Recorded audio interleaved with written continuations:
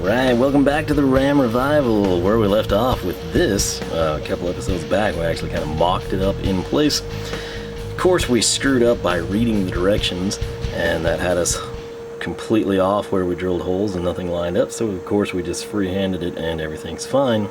But if you're thinking, hey, why are we back to the hitch? What's going on? You gonna wire up some trailer lights? Not quite yet. This is wiring. It's going to be wiring the backup camera. So the reason that I needed this mocked up in place is for this. It's why you're here. It's why you're looking at this. It's not safety chains. It's not the receiver hitch. It's this plate right here. And what this is it's my way of checking for clearance. Our backup camera is tiny. It's the size of this thing, right? And if you note, I can place it back there and we fit. So the tentative plan, I think I might have covered it. I've got my sock of protection here. We want to carefully with one hand get the camera out so we don't whack into the receiver. Boom. Okay, so this is obviously not the way the cable would come in, but you get the idea. It's going to go back there and it's going to fit really well. It's going to give me a clean place to mount, and then we can run the cable and do all that crud. So in order for me to make what I want to happen up here happen, I need better access to this, which means we've got to drop the hitch. However, like I said, it was not for a waste. We had to mock this up so we would know exactly where it would be and if the camera would fit. So we're going to start the motions of making all that happen, and let's get right to it. Alright, so long ago we had started putting the head unit into the RAM, of course, and then we kind of got sidetracked. Other things were more important, parts came in, and it's kind of been sitting. And we have a deal now where I've got to go back in time, look at my notes, try to remember what I was doing, what I was waiting on, and essentially, the head unit's been in there, it's functional. We haven't final installed anything because we're waiting on the backup cam, possibly a dash cam. I still haven't decided on that. But this is what we have from PAC, right? It's the steering wheel control interface. It allows us to keep the factory steering wheel controls and use them with the aftermarket Kenwood, essentially. So this control box, essentially, this pin right here, I've depinned everything. I think there's video on it. I don't know that I can find it. In the event that I can't, I have depinned everything minus the blue and the yellow tracer. The blue and the yellow tracer is going to tie in directly to what's on the back of your aftermarket head unit. In the case of our Kenwood, it's blue and yellow, so simple enough. I cannot find in my notes if this originally had a ground. If it had a ground, I shouldn't have depinned it, but I think it ought to be okay, because the other part of the equation is going to plug in here, a much larger connector, and that is this one. I've depinned again everything that we didn't need. So we've got yellow, white, two blacks, and a red. The two blacks are coming out of the same port, and essentially the way this would kind of transfer over. So we've got control unit, functionality, blue and yellow to blue and yellow. And then essentially on our steering wheel control connector in the truck, okay, there's a 5-pin connector. I'll highlight it here in a second. Pin 2 is going to be black and violet. We want to connect that. That's essentially the ground for our steering wheel control unit. If it was supposed to be over here, I'm up a creek because I cannot find it. So I don't see what the terrible deal would be. It's ground. I would hope this is all continuity, right, between the chip and the board. So I think I can use one of these two blacks to be that connection to the steering wheel column, right, our little 5-pin connector there. Pin number 4 on that steering wheel connector should be red and black, and that is actually going to tie into our white connector. So this is ground and this is white, and that's going all the way over to our steering wheel control, buttons, if you will, or the switch on the truck. Now that leaves a black, a red, and a yellow right here. So in the truck, you've got two connectors. There's a white and a gray. Our gray, that's what we're going to be concerned about. We're essentially going to take pin 7, which is going to be pink, and it's going to go to our pack yellow. That's the one with the fuse. We're going to take pin 6 that should be red and white, and we're going to tie it in with our pack red. The black that's left we're also going to send to chassis ground, so it's going to be a common ground, so I don't think it'll be too terrible what we did here, but I want to test this before it's all mounted up. And the scariest thing is honestly cutting the steering wheel control wires, right? I'm someone that big believer in reverting back to stock.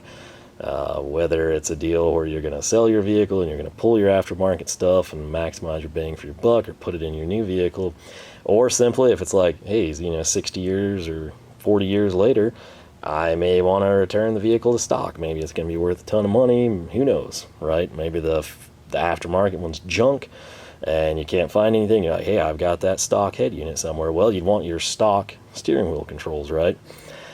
So what I'm thinking we may have to do is kind of cheese that and see if we can't. I hate tapping in.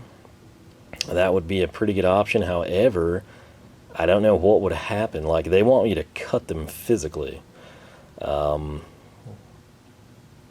So if we tapped in theory, the signal wouldn't be going to the factory radio because it's not there, but the signal would then be transferred over to the Ken. Maybe we try that, because otherwise, like, the reason it's a big deal, there's like this much slack, okay?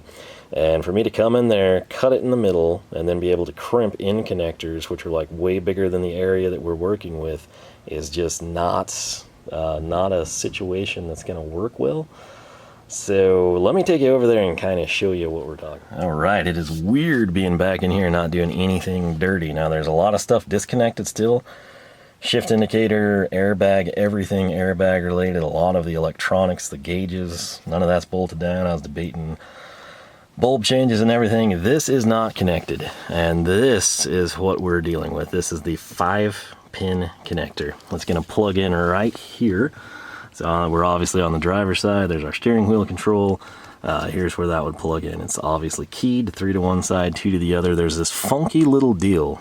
There's like a little red index card, and it's taped. That's all factory. And I could undo that and we could get a little bit more access to it, but like this space here is not much. And again, it's wanting us to cut only 2 of those, and then we would route those over to the steering wheel control unit wherever we put that.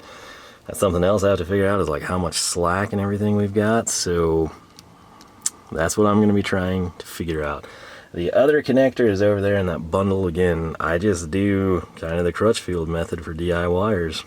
I don't solder it, I twist it all together. I know it doesn't look as good. I've done really clean installs in the past, but again, this allows me, I can take that stuff out of there, make it like it never happened, and go back to stock. So that's kind of the end goal with most of the interior and electrical mods I do in modern vehicles, is I can revert back to stock. If I want it to be crazy, neon LED lights, cool.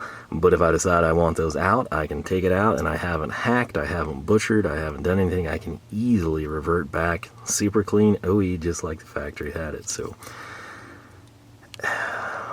maybe we tap in and just see what happens, right? I guess I could put a ground to it and mock everything up. Maybe that's what I'll do. So this is the problem, though. This is the super tight corridor there. It's not terrible, but I mean, especially if we took this off. But again, I don't know, like, I've never seen a connector with like a deal like that before. So maybe we could cut it off. We'd have a ton of room in that case. But I'll figure this all out. I just kind of wanted to showcase what we were up against.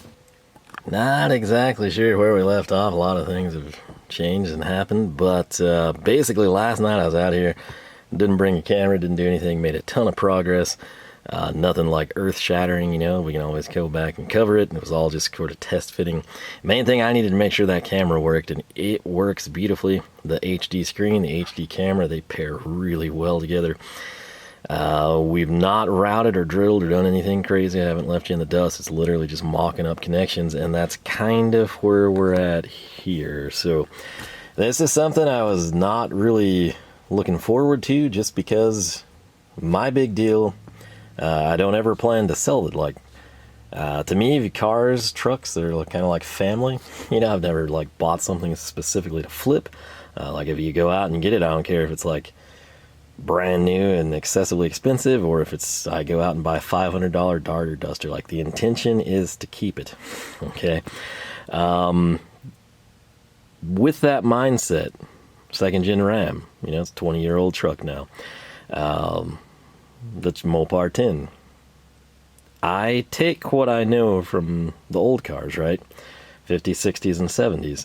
And it's always a deal where what you do and what you did, people did in, you know, the 60s, 70s, 80s, 90s, so on and so forth. Throw in, you know, the CD player, the cassette deck, or upgrade your 8-track, whatever. Put 2 CBs in it. Runway lights on the front to blind people. Whatever it might be. I'm all for it. I'm all about customizing your ride to your own standards, but at the same time, not only does it need to be tastefully done, it needs to be done to the point that you can revert back to stock.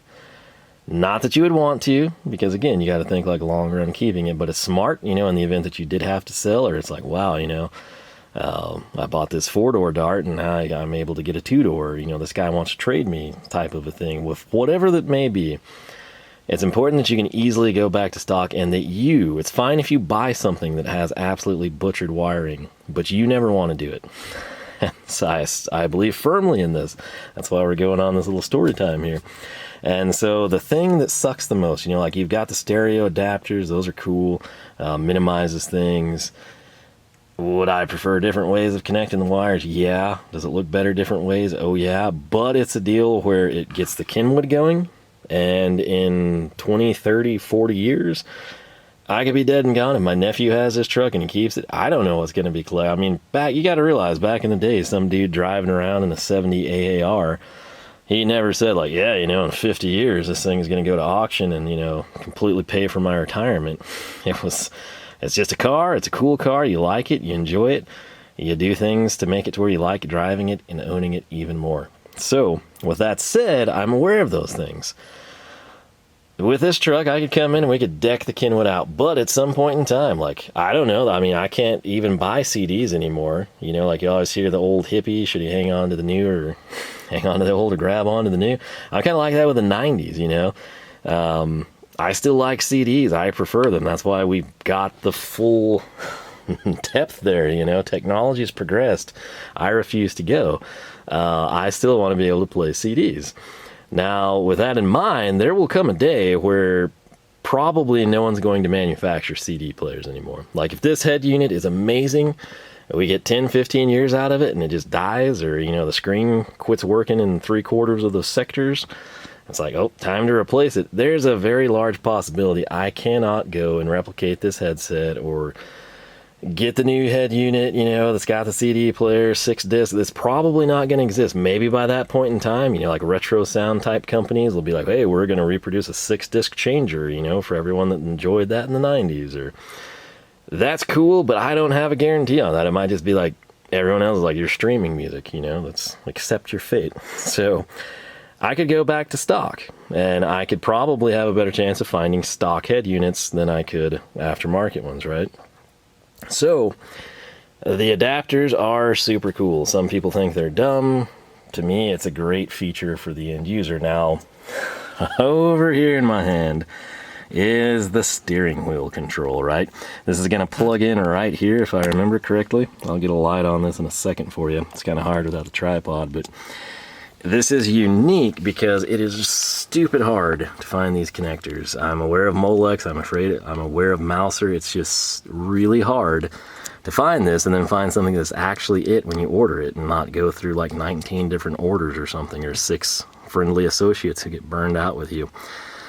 So you almost do have to cut these. What the pack steering wheel control wants you to do is on this steering wheel control plug, they want you to go to pin 2, which is going to be black and violet, and that's going to connect to the ground off of your steering wheel control unit. Okay. Then in pin 4, there's a red and black wire, and that goes to the white wire on pack. Now, the way this is going to work, we would have to come in and snip these wires, and then we would not use this side, okay, like the wiring harness coming in. We would only be utilizing to connect back to the pack unit the steering wheel side. So if we were to cut this whole thing in half right here, we would plug this in, and they only want us to use those 2 wires. Now the catch is, the others are still functional and they're still routing, whatever it may be, power, volume, who knows. I'm not going to diagnose it, and it's really hard to find good wiring diagrams, believe it or not. But you've got to keep it intact, and so this is a small work area. We're obviously going to have to untape. It looks bigger on camera, I will admit that, but it's a very short, it's like the height of my thumb, okay? That's not a lot of space, and also we've got like steering column covers and stuff that goes up in here, and so bullet connectors, as much as I hate them, almost seem like the best bet. However, I don't have I've got a lot of bullet connectors, but they're like 16, 14 and bigger, so this is like, I don't even think it's 18 gauge, it looks like it's 20 something. So we're gonna roll with these guys, the red clips. And I'm basically going to come in, I have way more male ends than female ends, so our steering wheel control, the 2 wires that we're going to cut on this side are going to be capped with the female sides, okay? We're then going to take the pack wires, if we may have to extend them, I'm not 100% sure yet, but we're going to put male ends on those. They will plug right there. Then the 2 wires that we're going to cut, I'll probably just go ahead and terminate them as well, with the male ends as well. Then if I do revert back to stock, I come over here, I pull this plug, I take off those 2 quick disconnects, we plug the other 2 in that are in line with the factory wires, we just match the colors, I pull out the steering wheel control unit, and we're back to stock. So that's what we're going to do. Now, you could possibly work in this stupid narrow window here and not touch this tape. I'm big on keeping factory things factory. But the truth is, it's going to be way easier for me to probably take this tape off now. I don't deal with these types of style plugs. You didn't have these in the 60s and 70s where there's like a red backing board. That's why this is taped so nicely. It's not some guy at the factory did an amazing job with popsicle sticks. That's like a piece of plastic, right? This little red trim piece looks like a lock. It actually goes all the way up here, and that's why that tapes so nicely. So I'm going to get that off so I have a little bit more space. The weapons of choice, we're just going to go with the channel lock 909. I'm probably going to pull with that, kind of isolate the other wires with a little soft needle nose.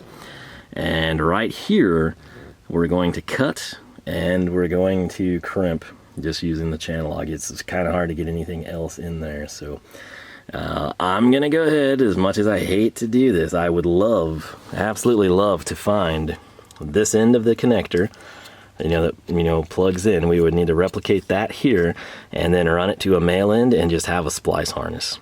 But that's the issue. I don't know where to ascertain this. And particularly, I could go to a wrecking yard and I could just lop this right here. That part's super easy. What's not easy is me finding this side of the connector. So to me, this is what I would call a 5-pin connector. And there's a lot of 5-pin connectors, and I don't know where to obtain this. So, and I don't know why no one makes an adapter harness, really. You'd think that would be a thing by now, but maybe it's just the connectors, maybe it's they don't want I don't know. But I guess we're going to have to cut it, so I'm going to make that happen. Man, that Klein light fits perfect right there in the bottom of the steering wheel, and it gives ideal light to showcase this thing. So unwrapped it, and yes, I am going to try to reuse that. So like I said, I'm big on factory stuff. It's a super sticky tacky in here, but what we're looking for, pin 2, so pin 1, pin 2. Pin 2 is going to be the black and violet. This is going to go to the ground on the pack. So again, if you follow it, it kind of winds up this bottom side with the tab right here. That's actually going to sit like this when we plug it in, but that's kind of why that wire traces and spins around. And then of course after pin 2 we go to pin 4, which is going to be this red with the black tracer. And it's really the only true red wire over here. There is the red with the funky greeny yellow tracer, but pin 2 black and violet, pin 4 red and black. That's what we're going to try to cut and put these on. Again, I hate doing it, but I don't know where to source these adapters, so I can't build a harness, and that's where we're at. So, all right, I had a few more friends join the party, and kind of feel like an idiot. I tell you, it's so much easier and enjoyable to kind of do stuff on your own with no camera. And what I did that was really dumb is I came in, I don't have anything, I'm not a huge fan of these, but I thought, you know what, before I just sever the wire and do a bunch of connections that are going to be really hard to pack, I'm going to see if this will work. And I got it set up and I was like, I bet it didn't pierce the jacket, which I don't think it did. Again, this is 14, 16, we need 18 and up. I kind of think this is 20 gauge stuff coming out of there. But anyway, what was really dumb, I sat here and tested it, and I didn't bother to plug it back into the steering wheel. So I don't know for sure that it wouldn't have worked, but I'm pretty sure. Now, if we would have had a red one of these, that's like 18 plus, I think we would have been okay, or at least we would have had a shot of it working. This, I don't think we had enough of the wire to matter. But I do now. I've hacked into one of them. We did which one did I do? The red and black, pin number 4. What I can tell you, I've disconnected the battery again, but this right here, your track up and your volume up, both of the ups work because of the swap that we did here. So pin 4, the red and the black, that controls the up. Now, for a while it wasn't working, and I kind of laid into the button like, man, come on, I've done this right, nothing's happening. And we cranked the volume way up. And naturally, my instinct, I've got the unit like facing that way. The harness is too short to have it on my bench seat. So I'm like, come on, turn down. I'm going to go deaf. And yeah, that's when it dawned on me. I was like, you know what? I think that ground probably actually turns out to do the down and dirty stuff, right? So I think we're getting an understanding of this. I'm now going to come in, cut another wire, and we will see if we haven't got that figured out. Alright, I've got to talk loud so we don't get demonetized or anything for the music playing, but red light, I'm going to press down on the track button, green light, up on the track button, green light. I'm going to go up on volume, down on volume. It's working. Alright, so back over here at the bench, still dealing with the Kenwood head unit, I should say. We have got the steering wheel controls functioning. We need to clean up the harness a little bit before we button anything up. We got a lot of other stuff going on with this unit. First and foremost, right here, we have got a GPS antenna, and you're thinking like, hey, that's you don't even need to mess with that, buddy. They just sent that along. Leave it out. It's not a nav unit.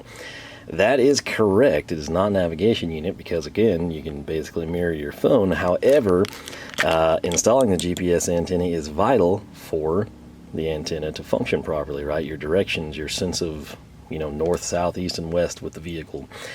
Can't explain it, some sort of witchcraft voodoo going on, but essentially, even if you're just doing what I'm doing, going to mirror your phone for GPS navigation, an antenna is beneficial, so we're going to get it installed. It's pretty simple. It's got an adhesive plate, and then we've got a one-wire connector right here. We'll plug into the back of the head unit. In this bag is also a bigger adhesive pad. It's sort of like a metal plate. It's just designed to limit interference. I don't think we'll have trouble. Could be mistaken. In this bag, we actually have, if that looks like a microphone to you, that's what it is. That is a clip, that is a microphone, and then you've got the jack. I think you can kind of see it right there. That's something else we've got to plug in. And then also in the Kenwood, we have the bundle of USB cables that we can use for inputs, cell phone, flash drive, whatever we want to do. And they code them gray and black. I cannot remember off the top of my head. One is 1 and one is 2. I think it's gray is 1, black is 2. Don't hold me to that just yet. We got to figure out where we want to route those. And then I am still seriously considering coming in and just running these distribution blocks. I was thinking of under the seat on like a little carbon fiber panel. I'm now kind of just thinking, hey, I don't really ever use the glove box for anything. It's got the owner's manual, insurance, napkins, that's about it. It's always a chick in the passenger seat that makes a mess, But I mainly use the center console myself. It's right beside the driver. It's easier access. And literally the glove box for me was basically just paperwork and napkins. And I think we could scale that back a little bit and go this route. So that might be something I do. It's kind of weird, but there's just no good place. It's not like an old car. I can't just like crawl under the dash and have tons of mounting options. I did consider rigging a panel up like out of aluminum and self-adhesive tape it or Velcro or something to the side of the heater box. But I just know with the heat here, that's going to just may not come off the first month or the second month or even this whole winter, but then in the summer it's going to just come off and it's going to be a nightmare. I don't want to deal with it. So the glove box is looking like a decent option for me, and I kind of think that's what we may do. So it's all kind of up in state of flux. It's really hard to film in there, but this is something possibly we're going to have go down. And then the USB cables, the GPS antenna, and the microphone, just wanted to kind of get a look of them out here before they're installed and sort of totally hidden. We also, before we button anything else up, we've got a lot of other things going on, like our AEM Wideband. I think we've made a video on that. It was a long time ago, and I kind of had to wait and hold out. And then of course we got the mounting. Maybe we'll do like a standalone on that, but it's essentially everything's apart. I have access to illumination, power, ground, all that stuff, and it would be stupid to put it all back together for the stereo and then take it all back apart for that. So while you might do the stereo and then some of you may just do wideband gauge, with me everything's apart, and this is just, it's a project. It's not like necessarily a how to do this, so I can sort of do it my way, and that's both at the same time. So that's probably what we'll do there. But again, this stuff is all relatively simple. The hard parts are out of the way. Again, we just need to clean the harness up a little, figure out our routing, and get to town on this stuff. So not exactly sure what we're doing in terms of order or structure, but we're gonna do it, and it's gonna happen, and you'll be there to see the end result. Yep, it's happening. So our next order of business, we really need to get the camera mounted, the hitch finalized, all that stuff done. And I say that because, again, we've got to make all those camera connections before we get anything else done. I found a pretty nice place to drill. We were initially going to do it here. I was going to have to take the seats out, and then I got to thinking about it, and I was like, you know, I think I can route the wires pretty good here. So right there where you see is obviously where we drilled. Just use a step bit, drilled super easy. And then coming down, can't really, let's see. Right there is our hole. We went through a little plug that was planned. And then you see that convoluted tubing right there on the frame. I'm thinking the wide oval slot we can get to, and we will just run everything back to the back right there.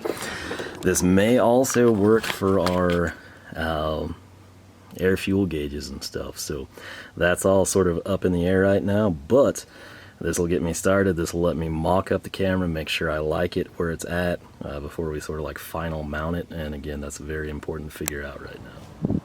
Alright, so I have routed this thing to the back, and I'm playing around. And again, the initial plan was to build a box out of aluminum and that would mount on top of that hitch plate. That's why I've never tightened the hitch down or anything like that. And this simulates, I went ahead and I attached the bracket, not with the adhesive. I've just kind of found like the perfect spacer, almost has it in position. Keep in mind, you know, we tighten it down, we'll have a little bit of a play there, but check this out. We're gonna come up over here, not fall on the creeper. I gotta stand away so we don't get copyright for music, but again, let me just talk. Turn that down. Okay, so right there, I got plastic all over the screen and everything, but that's pretty accurate. I don't have the reverse wire hooked up. I can move it back. The cool thing, if I was towing all the time, where I was initially going to mount it, you like see everything, but you do right in the middle have like the hitch. So I mean, you could just dead perfect back up every time, assuming everything was lined accurate. But I'm not going to tow a ton, and this doesn't look too bad, and this would require like minimal effort on my end. So I'm considering mounting it right here. I might pull a reverse feed and kind of see what I run into, you know, like with the parking lines. Maybe that made it weird or not, but this would be like the best news ever. It would be super minimalistic. Now, of course, with the truck, it's not super long, it's not a long bed, but I've had to, of course, feed the other end through, which is much bigger. We've got that drilled out. Everything's connected. Steering wheel controls are working. Everything's good. Just a little update.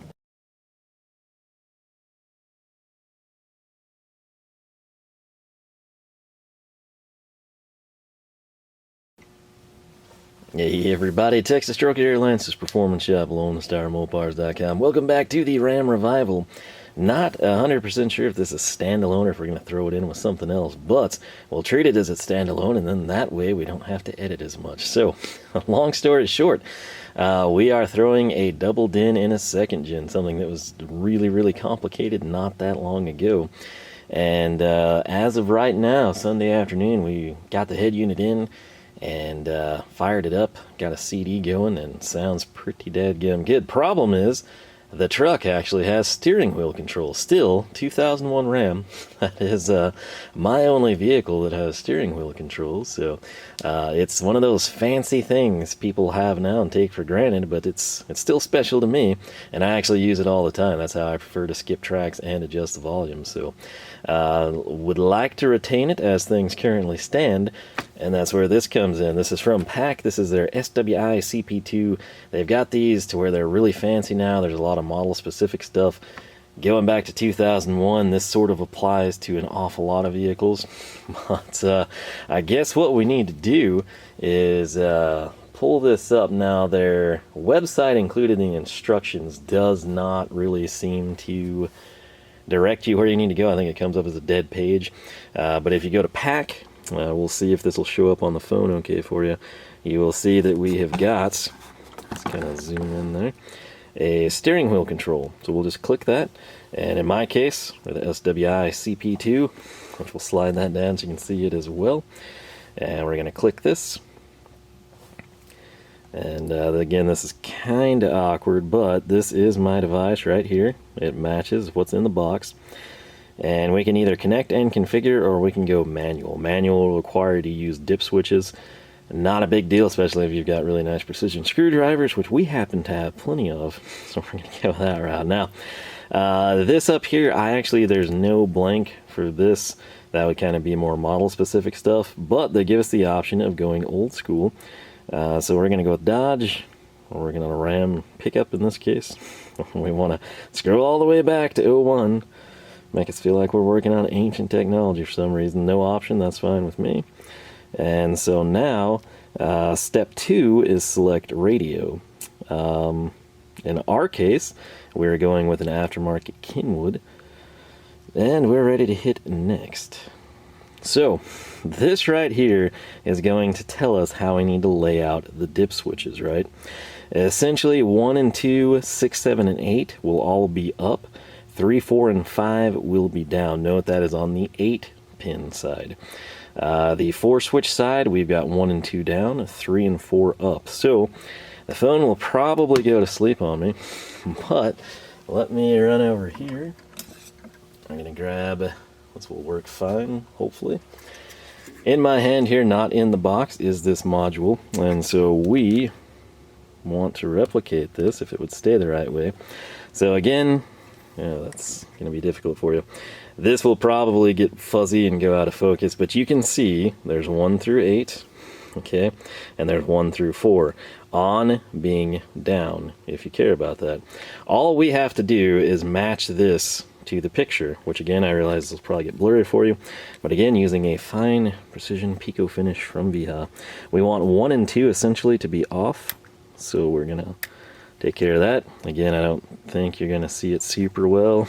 If we pack out just a bit, gives the camera a lot to focus on. 3, 4, and 5, we don't really have to do anything. Let's make sure that they're seated all the way, unlike 3. 6, 7, and 8 we want up. So we're going to get 2 for 1 there, and 8. We have successfully replicated 1 and 2, 6, 7, and 8 up, which is essentially off. On being down, so 3, 4, and 5 are on. Now here on the 4 switch side, you can kind of see the phone there. 1 and 2 are down, 3 and 4 are up. 1 and 2 we don't have to do anything to, and 3 and 4 we go up all the way. And again, for good measure, we'll tap, make sure those suckers are down. So that tedious process, it took all of, 10 seconds if you're not filming and have a tripod in front of you. That's how you manually program this thing. So it's probably easier to do that than attempt to connect and control it unless you do this for a living and are already set up. Right here, the next screen that we will hopefully be able to see, default button functions. Alright, so volume up, volume down, track up, track down. That's all I care about. I'm not looking for anything fancy or greater than what I had. And then you've got preset up and everything like that. Now, you can essentially customize this and add functionality. Maybe we get into that at some point in time, but for now, I'm content with that, and that works for me. So, right here, this is going to vary. Again, you know, like maybe you had a Pioneer, maybe you're doing an Alpine, maybe you've got like some eBay special, whatever it may be. You will have directions that very well could differ from what I have. Well, let's zoom in. Maybe I'll read this with you. That's the best way for me to make sure it's in focus. So, that's important at the top, just to verify you've got everything right. If something is different than what you have, what you drive, correct it now before you proceed and cut wires or make connections. Installation note, the 7-pin connector is found behind the radio. We're talking kind of like factory stuff in the Metro harness adapter at this point in time. The 5-pin connector is found at the steering column. So essentially 7 and 5, you can't screw that up unless you try really hard and do a terrible job, so we kind of foolproof that. Pins 2 and 4 in the 5-pin connector will need to be cut in half. Only the steering wheel side of the cut wires will be used. Alright, so control pole, control pro wire function, and vehicle wire color and pin position. Right there, they are wanting us to get 7 and 6. Okay, now black ground, of course. Now that says chassis. There's not a corresponding number from a pin connector. That's because the harness on these 2nd-gen Rams, at least in 01, probably in 94 all the way up, there is no integrated ground. If you'll recall when we talked about the Metro harness, there was that blank slot. That's because there's not a ground. You're going to have to go to a chassis ground. In our case, I think we're going to run a ground strip, just because I have some lighting stuff I might do, and that'll make my life way easier, because it's a pain to get under the dash, because we know that, because we've pulled it out, stripped it, sanded it, primed it, and painted it before we reinstalled it. So what we're concerned with in this case, black, we got to go ground, and then yellow, again, pay attention to the top. This is going to be our pack piece, your steering wheel control module. Down here, it's harnessed. You're going to have yellow, and it's going to need to tie in with pin 7, which should be pink, and then your red or accessory on the pack one is going to tie in with the red and white that should be found in position 6. Coming up here, you've got the 5-pin connector, and note you've got 3 on one side, 2 on the other. So that's going to, again, foolproof that for your installation. The 7-pin, it's also going to be foolproof just because of the way the connector is. That's only going to go in one direction, plus you have the color codes to go by. But black on the pack controller, that's going to be our ground. You're going to need to tie it in this case, not to chassis ground, but with black and violet, which can be found in pin 2, which will be the inboard on the side with only 2 connectors. And then your white control from the pack, that'll be your analog input. It's going to tie in with the red and black wire that you can find in pin 4, or the middle pin on the side with 3. So, right here, the blue and yellow from our pack wiring harness, it's going to tie in with the aftermarket radio switch. And again, I think on Kenwood that's the same color. Don't hold me to that. We'll have to verify. And right there, we are, I guess, pretty well done, aren't we? So that's pretty much all there is to it. And again, let me kind of to walk you through this a little bit better. We've got our dip switches. Okay, we've set those. Now right here, you got a connector. This is going to have a lot of wires. It's got 2 tabs at the top, so you can't screw that up. Over here, you've got the 5 pins.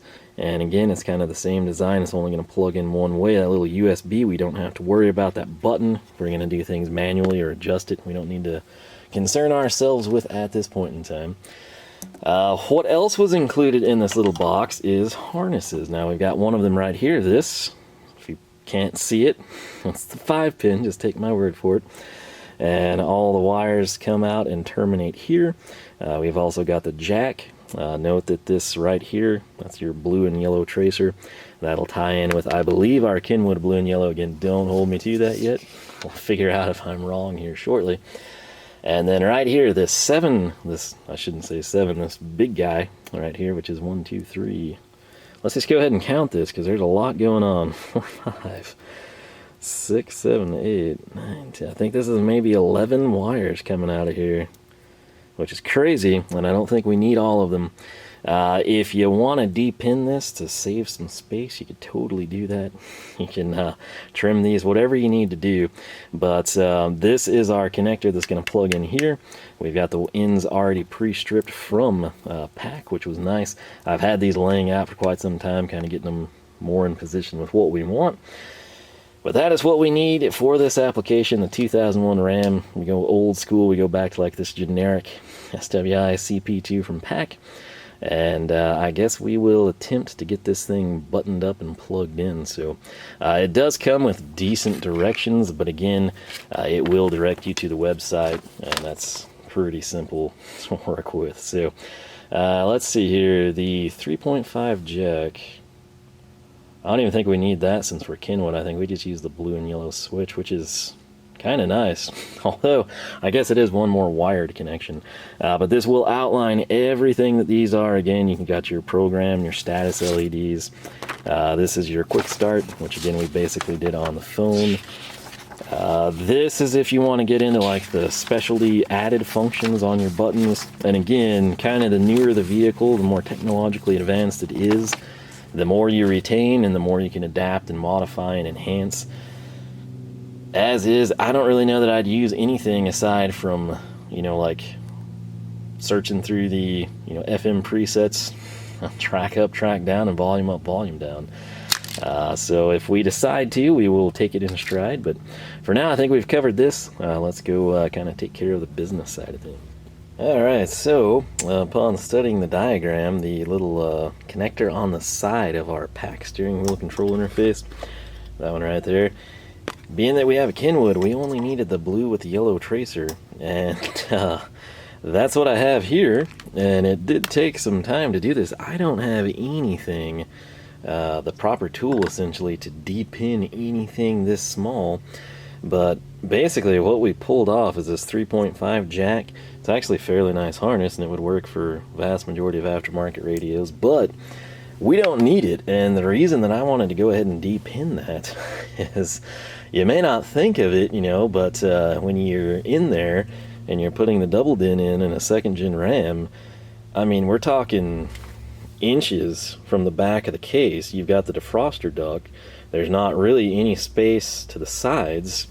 You know, if you go and lop everything out, you lose the structural integrity of the dash, which is already fairly frail and has been modified. And there's just a lot going on back there with one of these modern head units, right? You know, you've got not just the harness and the adapter from Metro going to the factory wiring. You've got your antenna you've got to contend with. You've got the 2 USBs, which you don't want to slop those off and slice them. Then you've got tons and tons of camera inputs. And long story short, we didn't really have the space to, you know, let that thing just be something else back there, adding weight and taking space. So we've condensed it now down to what we need for the Kenwood. I guess JVC would probably be the same, just the blue with the yellow tracers. So that'll save us some time now. Sadly, it's, I was thinking, you know, like, well, hey, you know, I bet we don't need half of these. We could just depin them. Good Lord. The time I invested just to do that was crazy. Again, there's probably a tool for this. You know, I'm used to kind of like Molex stuff and just larger gauge connectors. So maybe I'll have to pick something up and make quick work of this. Otherwise, it would just be I'd flush cut them, you know, that we don't use. But don't know if we'll mess with that yet because I kind of want to see what we're wiring before I just commit to digging us into a hole. So for now, I'm content with that, and I guess we'll head over and get back to work.